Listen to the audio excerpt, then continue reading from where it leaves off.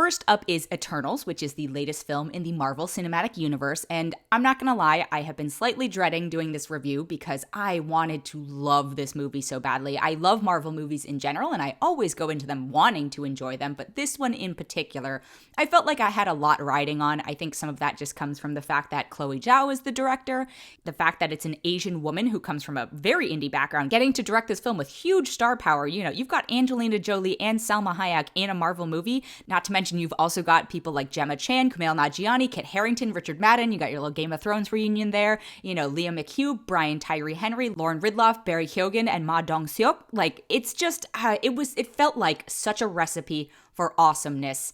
And unfortunately, I personally did not come out of it loving it. It's not to say I had a bad time during the movie. I don't think it's a bad movie, but I don't think it's going to rank as anyone's favorite Marvel movie of all time. I mean, maybe it will, but for me personally, I was really hoping that it would take that spot, and it didn't come close to that for me. I spent the whole movie going, okay, when's it gonna click? When am I gonna love this film? When am I? And it never meshed for me in that way. Now, that's, again, it's not to say that it's a bad movie, and I think if you're a Marvel fan, you're going to see it. And it's fine, you know. Part of the challenge feels like you're introducing this huge cast of characters, and you're also introducing them into a universe that has already been established, but we're at this sort of inflection point between the phases. And anytime you do an origin story, you know, there's only so many ways to reinvent the wheel. And I think looking at our last Marvel film, which was Shang-Chi, I thought that one did a good job of being like, hey, here's a little bit of exposition in the beginning, and we're also not going to tie too hard into like, here's everything that's been going on with the snap and the Avengers and all this stuff. It exists a bit outside of that. There are references to all the other events that have been happening over the last however many cajillion movies, but it's not focused on that, which is good and bad, right? Because then it's like, oh, okay, well, we don't have these pre-established warm feelings towards these characters. You have to build that from the start. But when you're building that with so many characters, I do think it becomes a challenge. My friend Marianne, right after we saw it, said something very insightful. She said, this should have been a Disney Plus series and Falcon and Winter Soldier should have been a movie, which I completely agree with. Because there are these great scenes between all these characters and, you know, it's a big family, essentially. And so the dynamics between them are inherently full of opportunities for drama and storytelling. But because there are so many and because we do have this sort of larger plot to get to, those moments feel a little bit rushed, and I would have loved to see more of them. And I do think something like a Disney Plus series could have given us more time to do so. I think the acting is fine to good. I think there are a couple standout moments, and I won't talk about them because I don't want to spoil anything. This is the thing. This movie gives us, I think, our first Marvel sex scene ever, a Bollywood dance sequence, you know, a gay couple, a deaf character. So it had all of these elements, and I wanted to love it so badly, but I felt like at the end of the day, it was a decent entry into the MCU. Where we go with the characters and how they integrate into the larger story might provide more interest down the line, but I didn't come out of this going, oh my god, when's the next one coming? I inject it directly into my veins. And again, I really wanted to like this movie. But I'll also caveat, you know, the action is fine. It's a long movie, I should say that. It's 2 hours and 37 minutes. And again, this feeds back into that, hey, this would have been better as a longer form storytelling moment for me as well. And I probably should have known this with the Chloé Zhao being at the helm thing. She's not really known for her comedy, but I do like the Marvel movies that have a bit more of the humor in them. You do have humor in this. I mean, obviously you have Kumail Nanjiani in it. He is a very funny character. Also, actually, Lauren Ridloff and Ma Dong-seok, like they, you know, there are those moments, but because we're also balancing that between the broody darkness of some of the other folks, I think that also, in my personal rankings, probably brought it down a little bit. Like Thor Ragnarok is one of my favorite Marvel movies of all time, which tells you tonally where I gravitate towards. But as I said, if you're a Marvel fan, you're gonna go. It's gonna be fine. You're not gonna hate the movie. I don't think anyone will hate this movie. I just don't think you might be as compactly invested in it as some of the other films have been able to establish out of it. And I think my other big criticism, and this is not just limited to Eternals, any of these films, and tends to be true for the superhero genre, where you rely mostly on CG faceless enemies, and they're very, very CG. I don't love that. I do love when we have personified villain. I think this is why Loki is one of the greatest Marvel villains of all time, because you can see their side of it. But this one does have a lot of moments with, you know, the sort of creaturey attacks and that type of stuff. It's in the trailers. That's not a spoiler. So that for me also, I think, took a little bit away from it. But overall, I am going to give this a 3.6 out of 5. And then changing gears completely, the next film I have is Spencer, which is a biopic about Princess Diana. And I think this is another one where expectations played a lot into it. It's been getting super hyped up. And so I was like, okay, I bet it's going to be good. You know, Kristen Stewart plays Princess Diana, which is Interesting casting choice. I think her accent, maybe my ear for it is not the most accurate, but to me, it did seem a little cartoonish. But I have to give her credit. I think one thing that she really probably connects with the character of Princess Diana is not wanting to be in the spotlight. So in those moments, I did feel like there was an authenticity to her performance. The rest of the cast is rounded out by Timothy Spall, Jack Farthing, Sean Harris, and Sally Hawkins.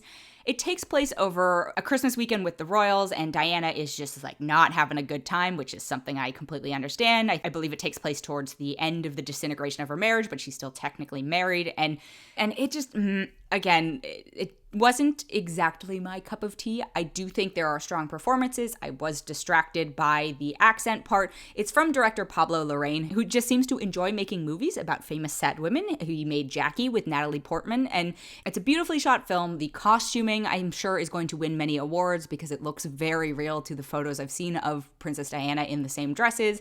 But overall, for me, it was a little more meandering than I was expecting. I think part of it is most of us inherently already have a sympathy for this character, and so it's riding a little bit on that. So the performances might not need to be as strong because we already are aware of the situation she was in. You know, they don't have to explain it to us, and I think it gets to shortcut in a lot of those ways, right? We understand the dynamic she has with her terrible husband. We understand the tension she has between the paparazzi and how she's trapped in this. You know, they don't even have to explicitly explain, oh, her husband is seeing another woman, you know. If you were to go into this and you didn't know anything about Diana or the royal family or, you know, the monarchy in England, no, you would probably be like, what the hell is going on here? And not every film has to be an origin story and build it up from the beginning, you know, much like Eternals is technically an origin story. This one is not trying to be that, but I did gravitate a bit more towards the Crown's version of Diana than this one, and maybe this is because the Crown so far has only shown her in the earlier stages of this, and this is really towards the end of it and when things are falling apart. But I think if you see the trailer and you gravitate towards this, it's going to give you exactly what it delivers in the trailer. If you see it and you go, this is probably not for me. This is not one where I'm necessarily going to say, no, you have to go see it. It's the performance of a lifetime. I think it's well crafted and decently acted, but it isn't trying to draw in an audience who wasn't already invested in the topic.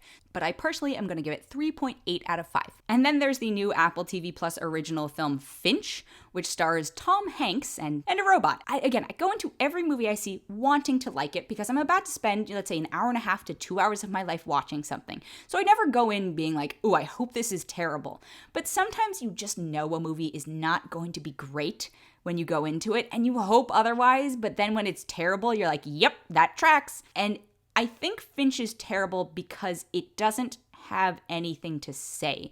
It almost feels like an AI wrote this movie and it was like, okay, people like Tom Hanks. People like when Tom Hanks has to talk to himself essentially, but we'll give him something to talk to that's like Wilson Plus. If you want to watch a great Tom Hanks performance where he has to sort of talk to something that's essentially inanimate, watch Castaway again, but don't watch Finch. So the premise is Tom Hanks is amongst the sole survivors in a post-apocalyptic world. He is somehow a robotics expert and builds a robot companion to take care of his dog for him when he's gone. And look, I like Tom Hanks a lot. I don't think he's an actor who's able to chameleon at all, so he's pretty much always playing Tom Hanks, but because it seems like real Tom Hanks is actually a genuinely nice guy, you tend to go into his movies thinking like, I'm gonna go in with a certain amount of generosity towards this. And I love robots. I like WALL-E is one of my favorite films of all time. Or, you know, recently the animated film Ron's Gone Wrong. In fact, I think it's very funny when, you know, robots like don't know what they're doing, and there's always a little bit of humor with that. So there are elements to this film that I certainly was receptive to, but then when I started watching it, I was like, this doesn't make any sense logic-wise. The story is pretty much pointless. Again, it's Tom Hanks and it's the robot, and the robot logic really frustrated me, and this might be, again, just a me problem, but, you know, he built this robot with, it has an AI, it starts to learn things, but it just becomes next level tedious. He constantly gets super frustrated at this creation, essentially, of his, but it's also like he doesn't bother to explain it, and the robot seems to have a personality and be inquisitive about things in a very human way, but there is absolutely no explanation of why it would be so. Like, they give it a bunch of quirks. It starts fidgeting at certain points, and I'm like, that's not something a robot would do. A robot doesn't need to fidget, but they don't try and explain away as like, actually, it's modeled on the human brain, and we've done this, and therefore it grows a personality and all that stuff. And this is getting into the nitty-gritty details of sci-fi.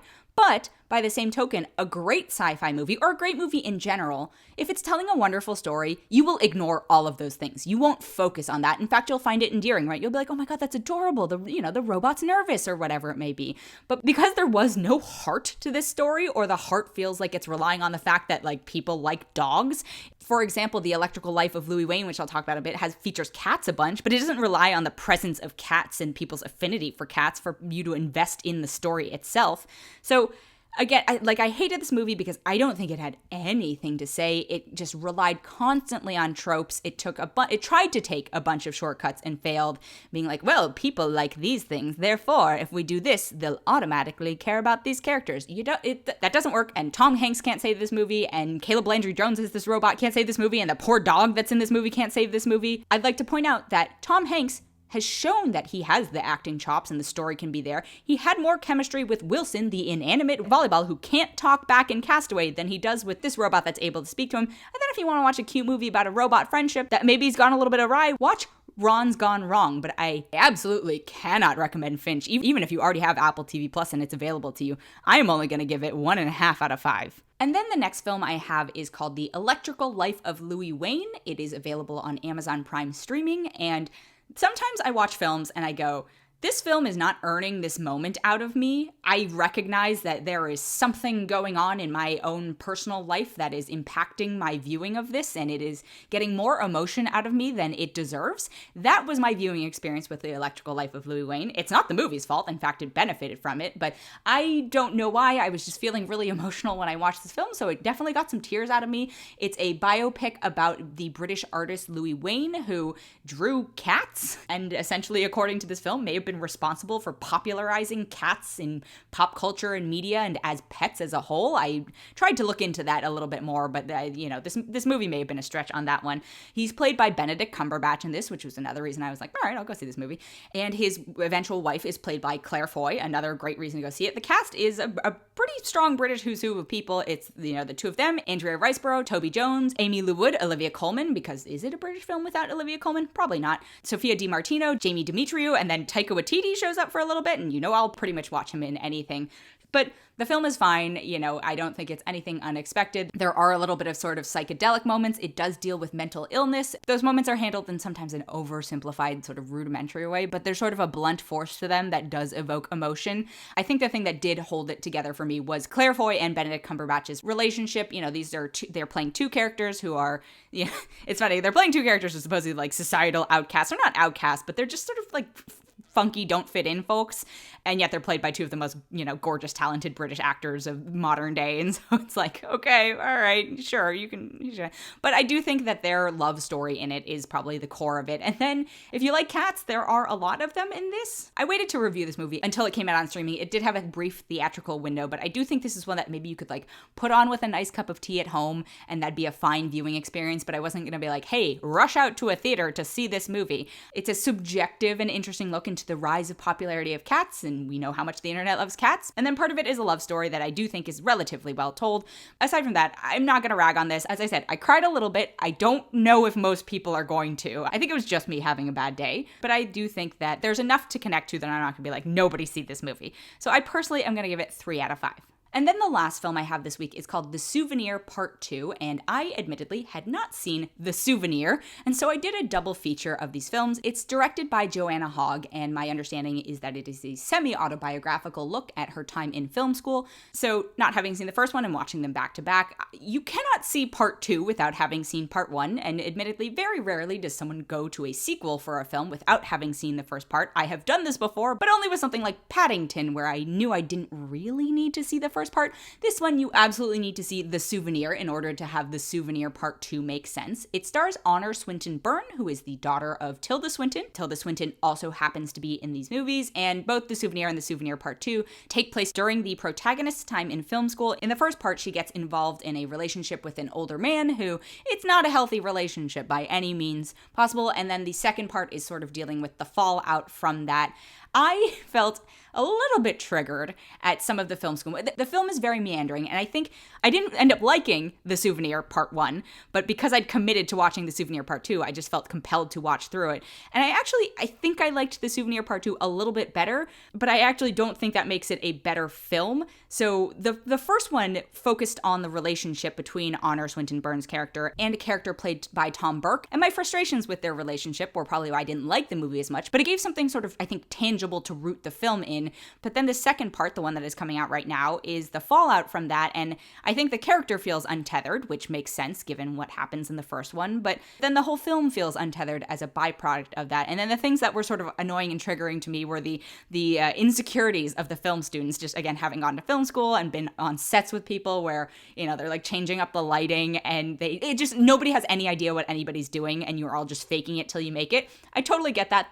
This is a me thing. This is an art kid thing. I think other art kids will recognize those moments as very successfully portrayed on film. And I think the other thing about these movies is that they really are, I feel like they are aimed at fellow art and former art school students. But the lack of the relationships tying down the first film, for better or for worse, those being absent in the second part made it feel like more meandering. It also made it feel less dark because I was just really frustrated by the darkness of the first one. And I think part of that speaks to the success of the first one, where I do, even though I don't particularly love these characters, I'm like, I want you to be happy and succeed, and why can't you see what's going on here, and, you know, all these things.